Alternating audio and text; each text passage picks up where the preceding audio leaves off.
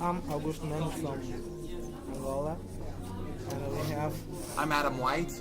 I am a campus pastor at the University of Nebraska, and I teach here. I work with young people doing all kinds of things, social change, obviously religious practice, but many things. I'm Damon Pfister. I'm an assistant professor in the Department of Communication Studies at the University of Nebraska. I think some of our youth education and development is good. There are many programs here. There is an active view of government, of leaders in communities to make sure that there is access to youth education and development. In the United States, we have public schools, and we have a lot of them. So education is accessible. It's something that most people have an opportunity to participate in, regardless of how much money they make or what ethnicity they're part of. Now, on the other side of that, two things.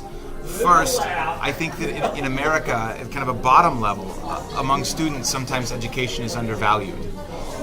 People aren't as excited about education as they might be. They often are working for grades rather than education itself. So they don't view it necessarily as something of great significance so much as it's viewed as something they must do.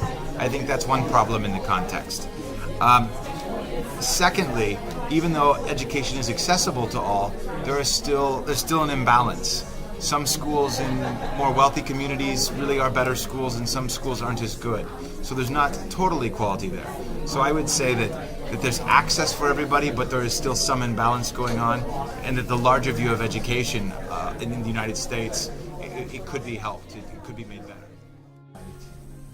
Well, I think it's a pretty important thing. Obviously, the children are our future, and we've got to maximize their talents and capacities in various ways. Primarily that's through education and creating educational opportunities that will allow them to get to where they want to be and to contribute things we can't even predict about. Well, again, I would say the greatest difficulty teaching in this context is the desire of students to be learners. Really inviting them deeply to be learners and getting them situated, getting them in a place where learning is an outcome that they are deeply interested in. And there are a lot of things that can cause that sort of disinterest. Even in this context, sometimes it is poverty. Sometimes it's people don't have their basic needs met. Well, it's obviously a pretty amazing time to be living, analogous to, I think, the invention of writing 2,500 years ago and the invention of the printing press about 400 years ago is pretty phenomenal.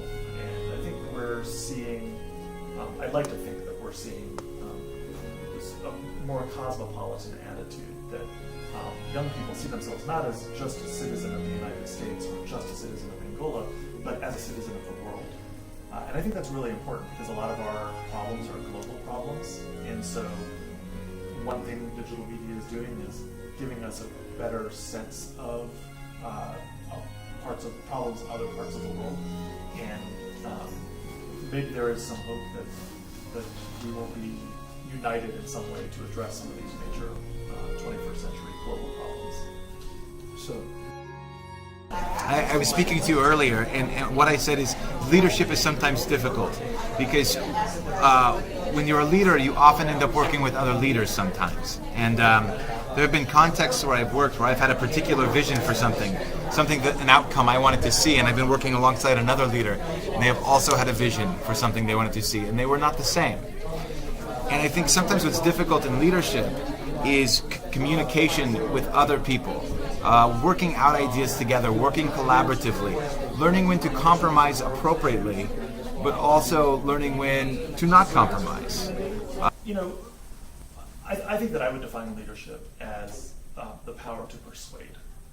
That a good leader persuades others. They don't force others. They convince others that their path or their attitude or belief or their value is the best, rather than simply dictating, you will do what I say. So that's leadership with a small stick, not a big stick, to make people do things.